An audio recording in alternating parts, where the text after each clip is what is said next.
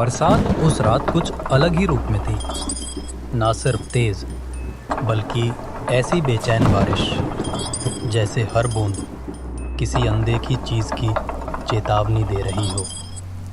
रात के 9:30 बज रहे थे। कुतुबपुर और रामनगर के बीच का रास्ता लोगों को अच्छे दिनों में भी सहमा देता था, और इस रात तो हवा भी कांप रही थी। उसी जंगल के बीच से अपनी बैलगाड़ी हाँकते हुए रघु, बैलगाड़ी वाला, लौट रहा था। उसके बैल नंदू और भोलू अक्सर तेज कदमों से चलते थे, पर उस रात दोनों जैसे डर गए हों। उनके पैर ठिठुर रहे थे। गाड़ी आगे बढ़ती फिर रुक जाती। रघु ने घायल सी आवाज में बोला, चलो रे, क्या हो गया तुम दोनों को? थोड़ा सा जंगल ही तो पार करना है। लेकिन उसे खुद भी पता था, ये सिर्फ जंगल नहीं है। ये वही इलाका था जहाँ कई लोग छलावे की कहानी सुनाते थे। एक ऐसी आत्मा जो रात में किसी और का रूप लेकर साधारण इंसान बन जाती थी, और फिर जैसे ही मौका मिले इंसान की जान लेकर चल देती थी। बारिश अचानक और तेज हो गई। आसमान में बिजली कौंधी, और एक पल के लिए पूरा जंगल सफ़ेद रोशनी से भर गया। उसी रोशनी में रघु को कुछ दिखा। सामने रास्ते पर एक औरत खड़ी थी। लाल साड़ी, लंबे खुले बाल और हाथ में एक लालटेन। पर लालटेन का प्रकाश अजीब था।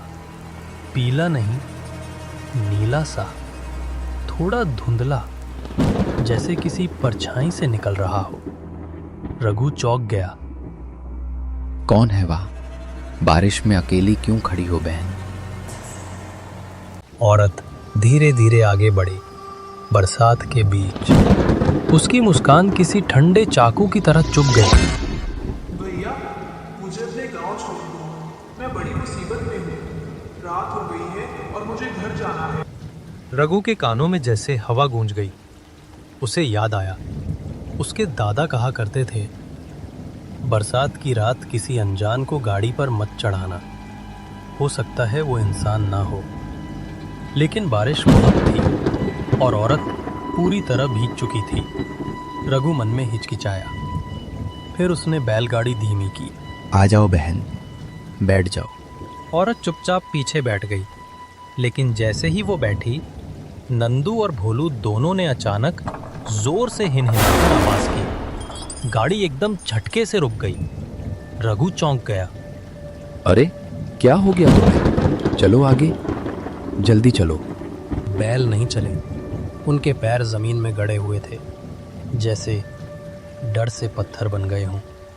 पीछे बैठी औरत धीरे से बोली, भैया, क्या आपके बैल मुझे देख रहे हैं? उसकी आवाज इतनी ठंडी और सपाट थी कि रघु की रीढ़ में झुरझुरी दौड़ गई। बरसात बढ़ती जा रही थी। औरत की साड़ी हवा में हल्के से उड़ रही थी, पर उसका शरीर बिल्कुल स्थिर था, जैसे वो हवा के साथ चल ही न रही हो। रघु ने फिर बैल को हाँकने की कोशिश की, पर तभी उसे महसूस हुआ गाड़ी में बैठने वाला वजन भारी होता जा रहा था, जैसे कोई पत्थर रख दिया हो। रघु का दिल धड़कने लगा। उसने पीछे मुड़कर देखा। औरत पहले से दोगुनी बड़ी लग रही थी। रघु डर गया। उसके गले से आवाज नहीं निकली। तभी औरत हंसी, एक धीमी, खुरदरी, कांपती हुई हंसी। डर क्यों रहे हो भैया? मैं तो बस तुम्हें अपने साथ ले जाऊं। रघु भागने की कोशिश करता है। रघु ने तुरंत बैलों की रस्सी पकड़ी और चिल्लाया, नंदू, भोलू, चलो, भागो, भागो। बैल घबराकर दौड़ने लगे। गाड़ी कच्चे रास्ते पर उछलती फिसलती आगे बढ़ने लगी। पीछे बैठी हुई वो चीज अब एक औरत नहीं थी। उसका चेहरा बड़ा भयानक दिख रहा था। आंखें कोयले जैसी काली, और पूरा शरीर जैसे धुएं का बना हो। गाड़ी तेजी से चल रही थी, पर अचानक उसकी आवाज गूंजी। भाग कहाँ रहे हो? मैं तो यही हूँ। रघु ने पीछे देखा और उसका खून जम गया। वो वही औरत अब गाड़ी के आगे खड़ी थी, बिना पैरों के, बस हवा में झूलती हुई। रघु की गाड़ी उसके आर पार निकल गई, जैसे वो धुआं हो। लेकिन तभी एक ठंडी हवा गाड़ी के अंदर घुस गई।